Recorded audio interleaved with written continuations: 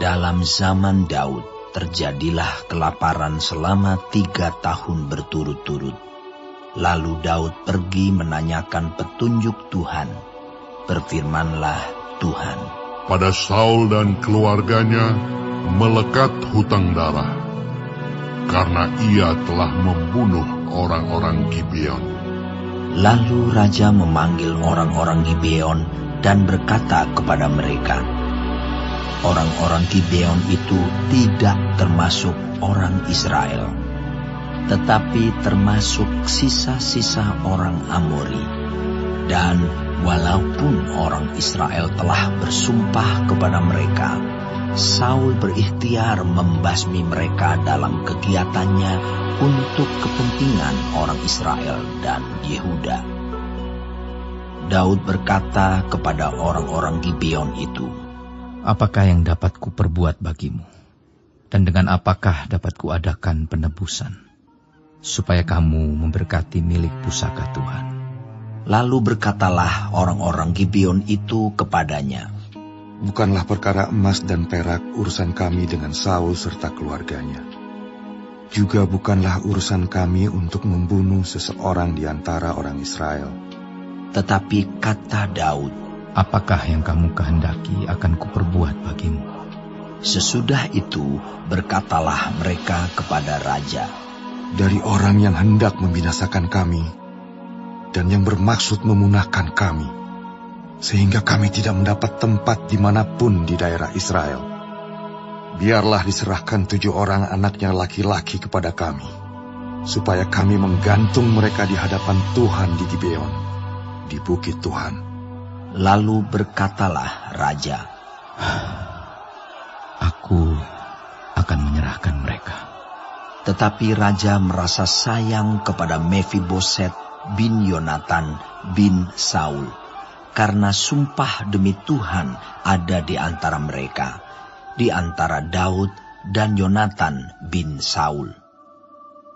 Lalu raja mengambil kedua anak laki-laki Rispa binti Aya, yang dilahirkannya bagi Saul, yakni Armoni dan Mefiboset, dan kelima anak laki-laki Merab binti Saul, yang dilahirkannya bagi Adriel bin Barzilai, orang Mehola itu.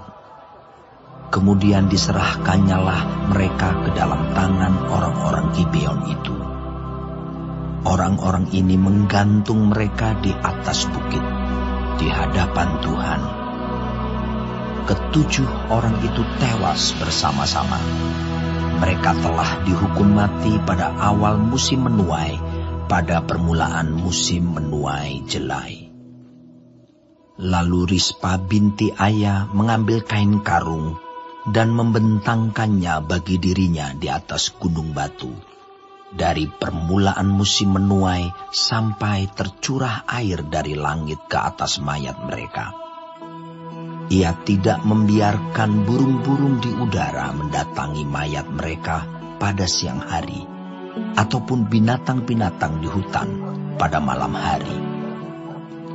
Ketika diberitahukan kepada Daud apa yang diperbuat Rispa binti Aya, gundik Saul itu, maka pergilah Daud mengambil tulang-tulang Saul dan tulang-tulang Yonatan anaknya dari warga-warga kota Yabes Gilead, yang telah mencuri tulang-tulang itu dari tanah lapang di Bet-San, tempat orang Filistin menggantung mereka, ketika orang Filistin memukul Saul kalah di Gilboa.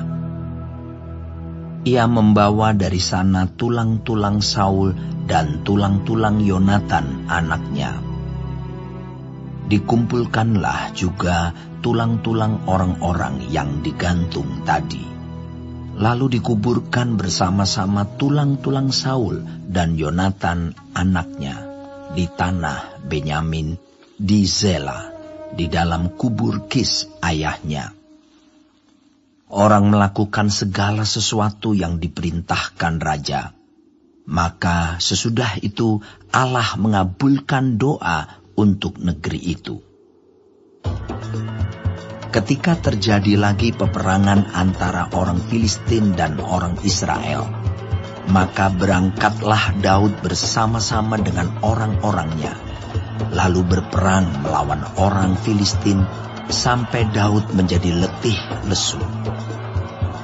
Yesbi Benob yang termasuk keturunan raksasa, berat tombaknya 300 shikal tembaga, dan ia menyandang pedang yang baru, menyangka dapat menewaskan Daud. Tetapi Abisai, anak Zeruya, datang menolong Daud, lalu merobohkan dan membunuh orang Filistin itu. Pada waktu itu, orang-orang Daud memohon dengan sangat kepadanya. Kata mereka, "Janganlah lagi engkau maju berperang bersama-sama dengan kami, supaya keturunan Israel jangan punah bersama-sama engkau." Sesudah itu, terjadi lagi pertempuran melawan orang Filistin di Gob. Pada waktu itu Sibhai, orang Husa, memukul kalah Saf, yang termasuk keturunan raksasa. Dan terjadi lagi pertempuran melawan orang Filistin di Gob. Elhanan bin Yaare Oregim, orang Bethlehem itu, menewaskan Goliat orang Gad itu, yang gagang tombaknya seperti pesa tukang tenun. Lalu terjadi lagi pertempuran di Gad, dan di sana ada seorang yang tinggi perawakannya, yang tangannya dan kakinya masing-masing berjari 6, 24 seluruhnya.